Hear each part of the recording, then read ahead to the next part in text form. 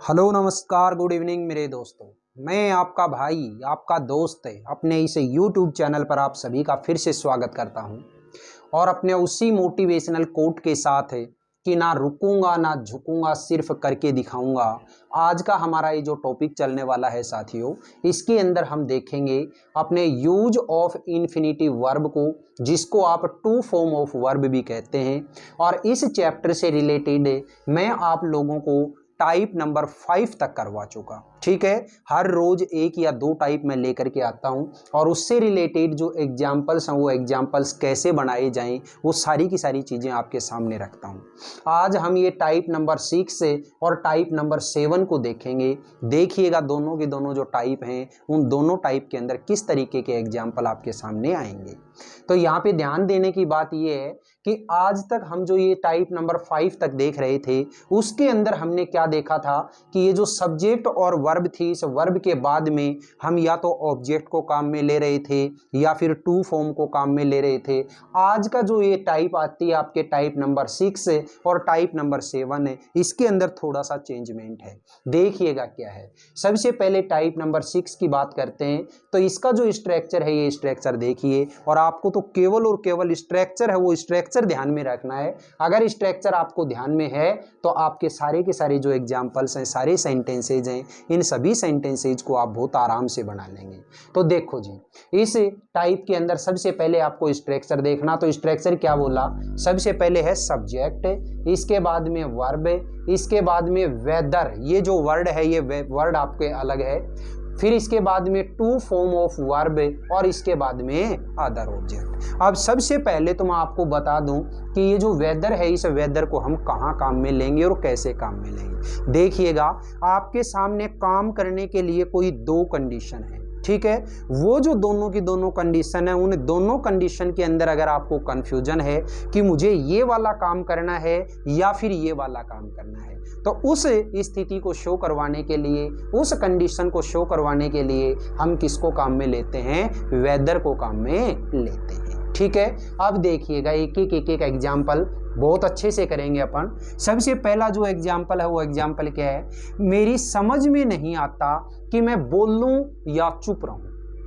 मेरी समझ में नहीं आता कि मैं बोलूं या चुप रहूं। भाई दो कंडीशन है मेरे सामने, या तो मुझे बोलना है या फिर मुझे चुप रहना है। तो इन दोनों कंडीशन को शो करवाने के लिए हम किसको काम में लेंगे, वेदर को काम में लेंगे। तो चलो सबसे पहले हम ये वाला जो एग्जाम्पल है, इस एग्जाम्पल के इस पार्ट को हम करते हैं। तो ये क्या है, मेरी समझ में नहीं आता, प्रेजेंट सिंपल का है, तो इसको आप क्या कहोगे, आई डोंट नो।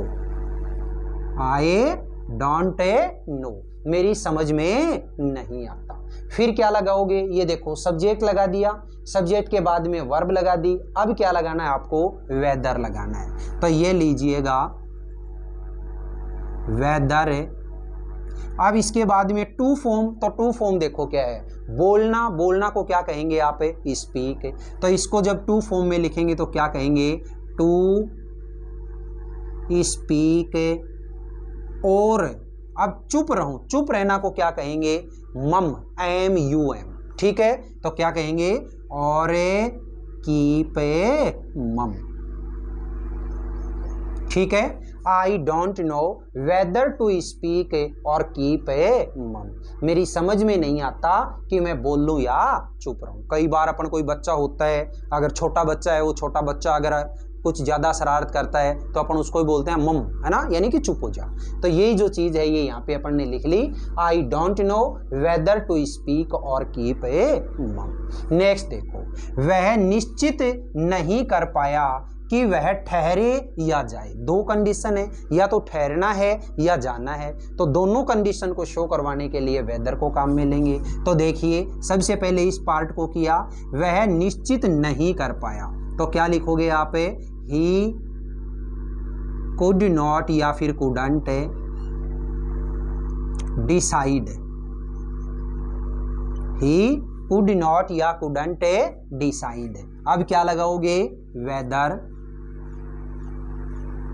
अब देखो टू फॉर्म, तो टू फॉर्म देखो, एक तो ठहरना और एक जाना। तो ठहरना को क्या कहोगे, स्टे। टू स्टे और गो। ये he could not decide whether to stay और गो। वह निश्चित नहीं कर पाया कि वह ठहरे या जाए। नेक्स्ट देखो, उसकी समझ में नहीं आया कि वह हंसे या रोए। दो कंडीशन है, तो देखिए उसके समझ में नहीं आया तो क्या कहोगे, ही डिड नॉट या didn't know. He did not या डिडंट नो वेदर। अब देखो हंसना और रोना, तो क्या कहोगे, टू लाफ और वीप। ठीक है, he did not know whether to laugh और वीप। उसकी समझ में नहीं आया कि वह हंसे या रोए। नेक्स्ट देखो, कृपया मुझे सलाह दें कि इसके लिए आवेदन करना है या नहीं। तो क्या कहोगे, please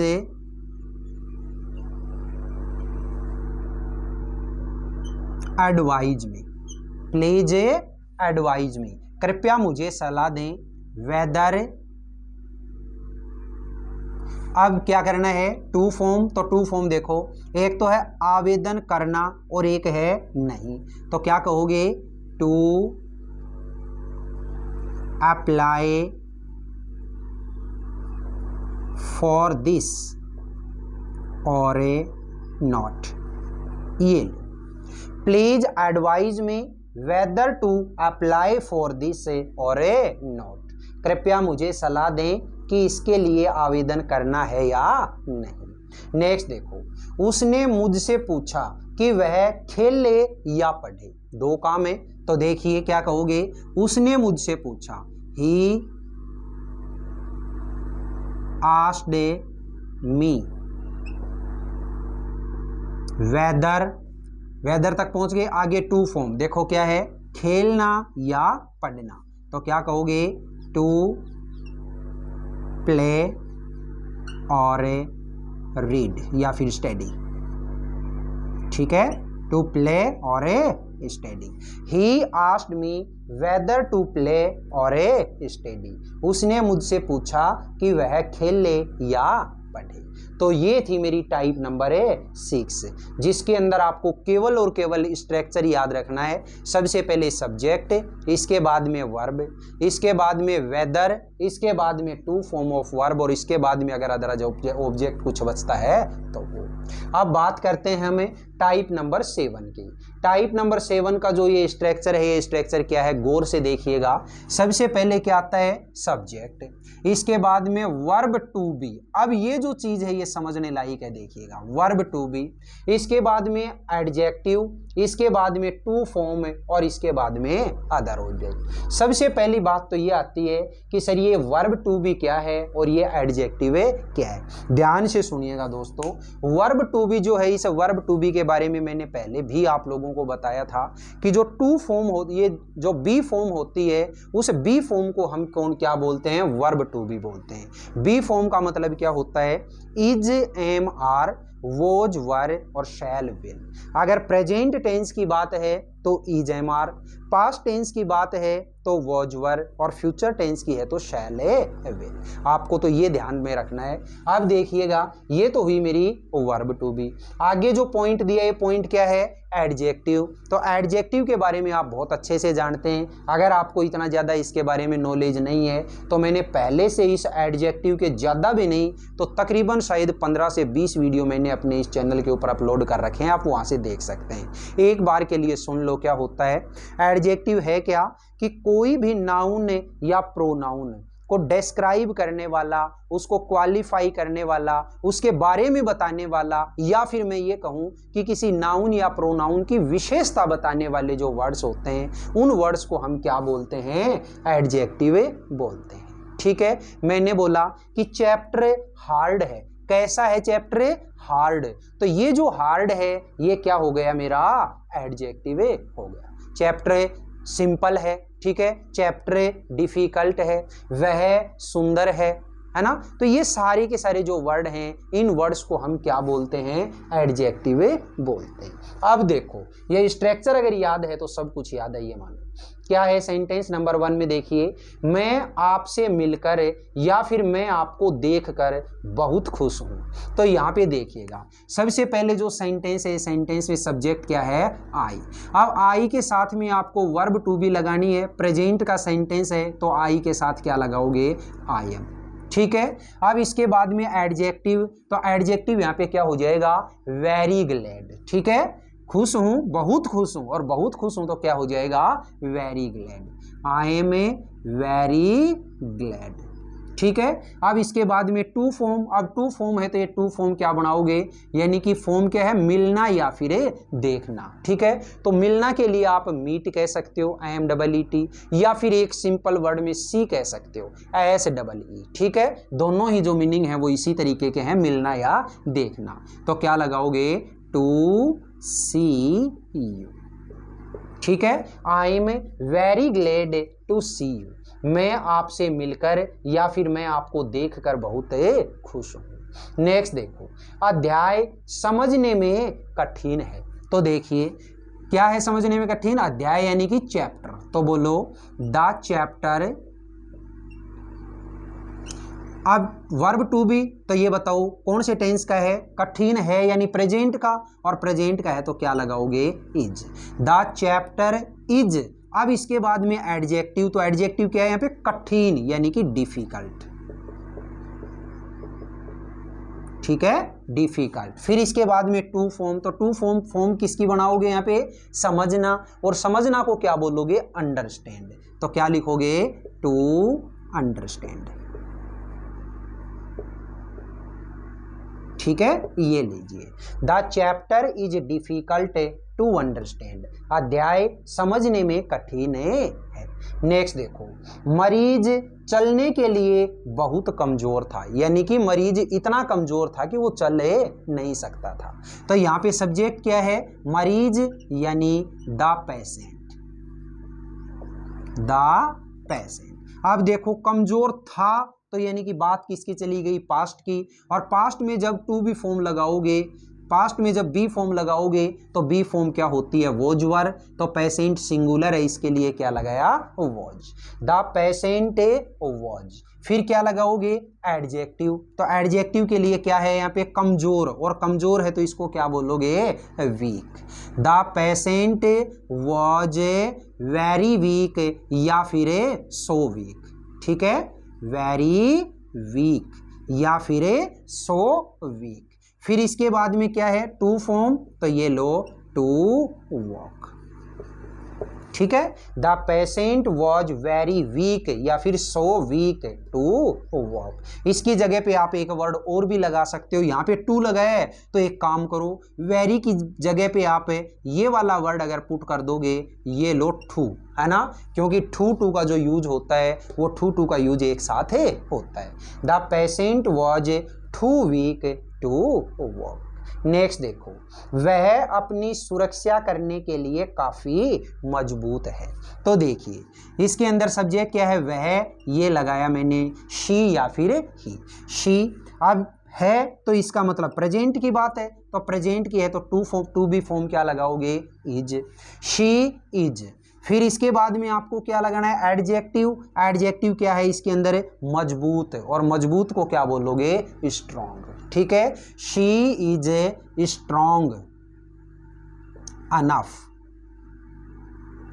she is strong enough. अब टू फॉर्म बनाओ, किसका बनाओगे, सुरक्षा करना, और सुरक्षा करना को क्या बोलोगे, प्रोटेक्ट। ठीक है, टू प्रोटेक्ट हर सेल्फ। ठीक है, यहां पे अगर सब्जेक्ट आप शी की बजाय ही लेते हैं तो यहाँ पे क्या आ जाएगा, हिमसेल्फ। ठीक है, she is strong enough to protect herself, या फिर इसी सेंटेंस को क्या बना सकते हो, he is strong enough to protect himself. ठीक है, नेक्स्ट देखो, वेशभूषा पहनने में काफी गंदी थी, यानी कि पहनने लायक नहीं थी। तो देखिए क्या बोलोगे, वेशभूषा, द यूनिफॉर्म, द यूनिफॉर्म। अब गंदी थी तो यानी पास्ट की बात है, और पास्ट में क्या लगाओगे, was. The uniform was so dirty,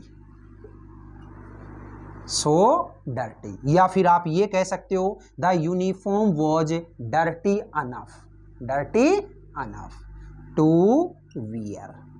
ये लीजिएगा मेरे साथियों, ये है मेरी टाइप नंबर 7। आपको केवल और केवल टाइप नंबर 6 और टाइप नंबर 7 जो दोनों करवाई हैं, इसके जो स्ट्रक्चर है ये स्ट्रक्चर आपको याद रखने हैं। जो टाइप नंबर 6 है उसका स्ट्रक्चर क्या है, सबसे पहले सब्जेक्ट, इसके बाद में वर्ब, इसके बाद में वेदर, फिर इसके बाद टू फॉर्म ऑफ वर्ब, और उसके बाद में अदर ऑब्जेक्ट। और जो टाइप नंबर 7 है इसका स्ट्रक्चर क्या है, सब्जेक्ट प्लस बी फॉर्म, यानी कि जो इज एम आर वोजवर होता है वो, इसके बाद में एडजेक्टिव, इसके बाद में टू फॉर्म ऑफ वर्ब, और इसके बाद में अदर ऑब्जेक्ट। बताइएगा साथियों, आज की इस छोटी सी क्लास के अंदर मैंने आप लोगों को ये 2 टाइप के सेंटेंसेज करवाए, टाइप नंबर 6 और टाइप नंबर 7। ये दोनों की दोनों टाइप आपके समझ में आई या नहीं आई?